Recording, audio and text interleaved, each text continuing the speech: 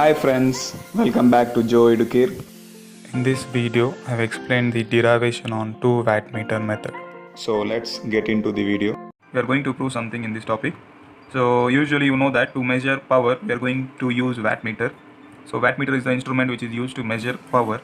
So we are going to measure 3-phase power. So to measure single phase power, 1 wattmeter is enough.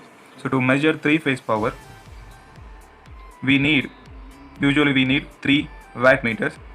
So here what we are going to do is we are going to prove that 2 wattmeter is sufficient to measure 3-phase power. That is what we are going to prove theoretically. So before going to the derivation, we'll see how to represent wattmeter in the circuit diagram. So this is how we are going to represent wattmeter. You have 2 coils in the wattmeter. This is current coil and this is potential coil. So this is how you are going to represent wattmeter in the circuit diagram. You will be having current coil and potential coil. It is also called as pressure coil. So now we will draw the circuit diagram for 2 wattmeter method and we will derive that 2 wattmeter is sufficient to measure 3-phase power. So to draw the 2 wattmeter method circuit diagram, I am going to consider star connection.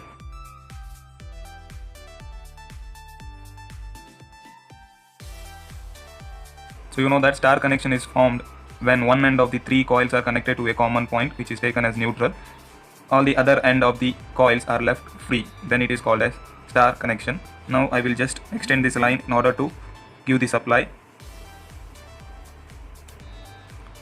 Now what we are going to do is we need to prove that 2 wattmeter is sufficient to measure 3-phase power. So star connection I will draw in the output side. Now I need to connect 2 wattmeters. We have seen the symbolic representation of wattmeter. That is what I am going to connect. So I will connect first wattmeter here. The same way I will connect a second wattmeter. Why? Because this is 2 wattmeter method. So I will connect second wattmeter in the third terminal. So this I have to connect it here.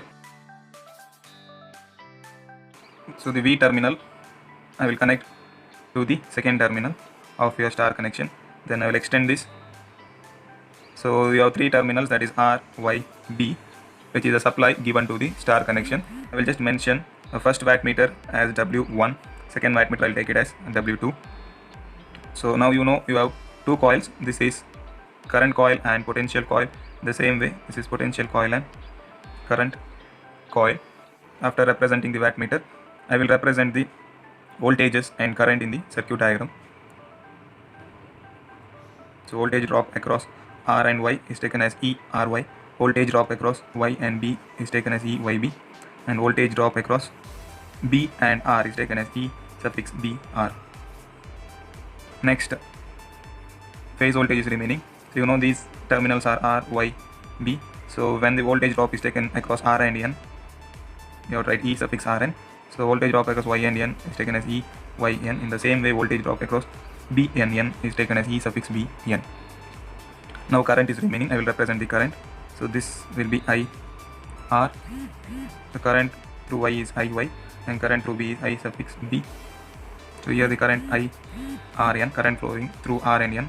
So current flowing through Y and N is taken as IYN and current flowing to B and N is taken as IBN. This is the circuit diagram for 2 wattmeter method. I am going to consider star connection. Here I am going to prove that 2 wattmeter is enough to measure 3-phase power. So what I am going to prove is I am going to take down the reading of wattmeter 1 and wattmeter 2. So that is W1 and W2 wattmeter readings I will find out. Then I will add these 2 wattmeter readings.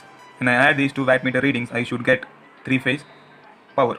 This is what I am going to prove. So 3-phase power, you know that the formula for 3-phase power is root 3 EL IL cos phi. So the thing what you are going to prove in this derivation is that when you add W1 and W2, you should get 3-phase power, that is root 3 EL IL cos phi at the end of the derivation. Now in order to prove this, I need to find out wattmeter reading W1 and W2. Then I need to add and I have to find that it is equal to 3-phase power. So I'll find out wattmeter reading. So you know this wattmeter W1 and W2 are single phase wattmeter. You don't have 3-phase wattmeter. You have only single phase wattmeter. You know single phase power formula is equal to EI cos phi. The formula for single phase power, you know that power is equal to EI cos phi. So in the same way, Generally, if I want to write this formula, power, I will write it as P, power P is equal to, what is E? E is nothing but voltage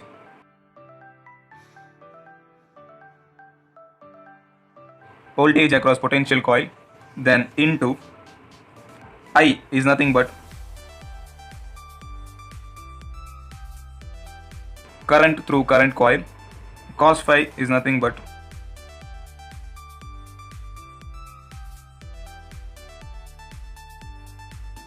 cosine of the angle between voltage and current. This is what you have to remember.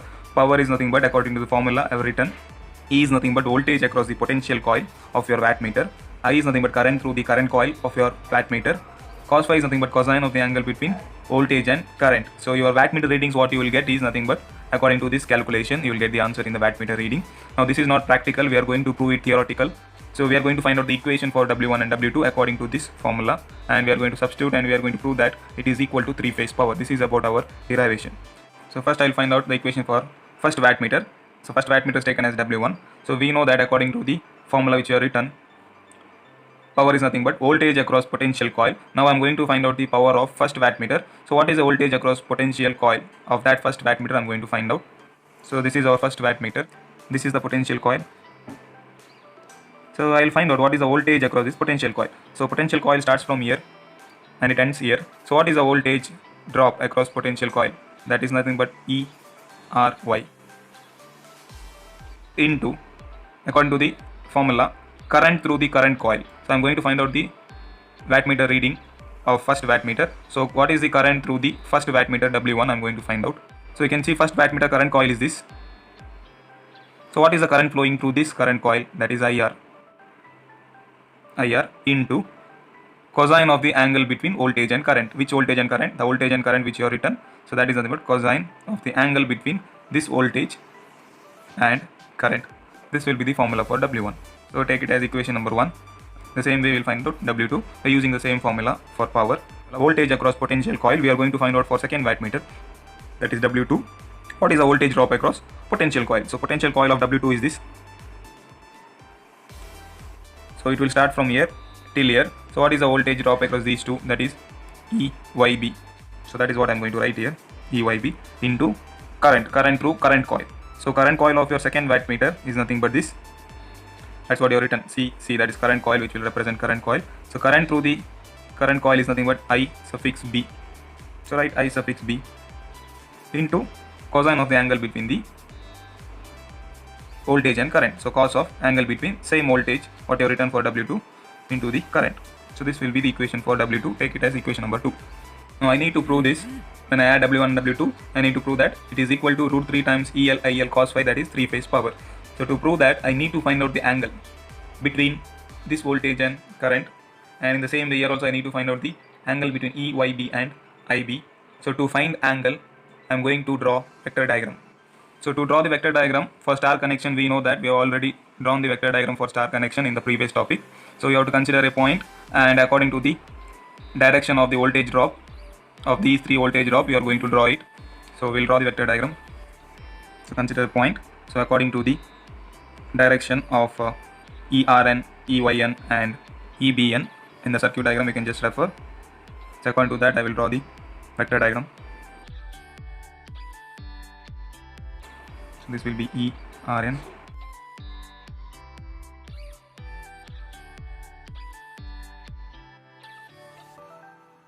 So after drawing the vector diagram, now I need to find out the angle between ERY and IR. In the same way, I need to find out the angle between EYB and IB. In this vector diagram, I have not represented ERY and IB. So I need to represent ERY and IR. In the same way, I need to represent all the 4 vectors so that I can find out the angle between these two. So first thing what I am going to do is I will represent ERY in the vector diagram and I will represent EYB. Now I will explain how to represent ERY in the vector diagram. So you know that ERY, in the star connection I have explained about this. So ERY is nothing but the voltage drop across R and Y. So I can write that ERY is also equal to, when it comes here, it is the voltage drop across this R and Y. So ERY is equal to, I can write it is sum of ERN and EYN. You will get the equation as ERY is equal to voltage drop across these two. So that is ERN and EYN. So I'll get ERN and EYN. Now I need to see the direction first. Now both the directions are opposite, so one of the term has to be negative. So I will take EYN as negative. So you'll get ERY is equal to ERN minus EYN from the circuit diagram. So after that, I will just rewrite this in the form of plus. I will take minus inside, so you'll get in this way. So you'll get that ERY is equal to ERN plus of minus EYN. This means that ERY is the resultant vector which will come between ERN and minus EYN. In the same way, I will find out how to represent EYB in the vector diagram. For that I need equation. So I'll write the equation for EYB the same way. Just see in the circuit diagram, EYB is nothing but the voltage drop across Y and B. So if I see in the same way here, it's nothing but the voltage drop across Y and B. So total voltage drop is equal to sum of EYN and EBN. So I will get EYB is equal to EBN and sum of EBN and EYN. But see the direction of voltages. In this also directions are opposite, so one of the voltage drop has to be negative. So here I will take second one as negative, so you will get this equation. If I rearrange in the same way, EYB is equal to EBN plus of minus EYN. I will write it in this way. So now this will represent that EYB is the resultant vector which will come between EBN vector and minus EYN vector. So I will just refer this equation and I will draw the vector diagram for ERY and EYB. I will represent this ERY vector and EYB vector in the vector diagram. So first thing, ERY is the resultant vector which will come between ERN and minus EYN. So I will just check whether ERN vector is there in this vector diagram. Yeah, ERN vector is there, but minus EYN vector is not there, but we have plus EYN. In order to draw minus EYN in the vector diagram, I need to extend the line in the opposite direction. So this will represent minus EYN. So now if I want to draw this ERY which will come in between these two vectors, that is nothing but these two vectors. So I'll draw the vector. This will represent ERY. Now next vector I'm going to represent is EYB. So EYB is nothing but resultant vector which will come between EBN and minus EYN. So now EBN is nothing but this vector. Minus EYN is also already we have drawn. So now the resultant vector which is nothing but it will come in between, that will represent EYB. So this is how we are going to represent ERY and EYB vector in the vector diagram. So next I need to represent the currents in the vector diagram. Why? Because I need to find out the angle between ERY and IR. In the same way EYB and IB. Bible verse to meditate on.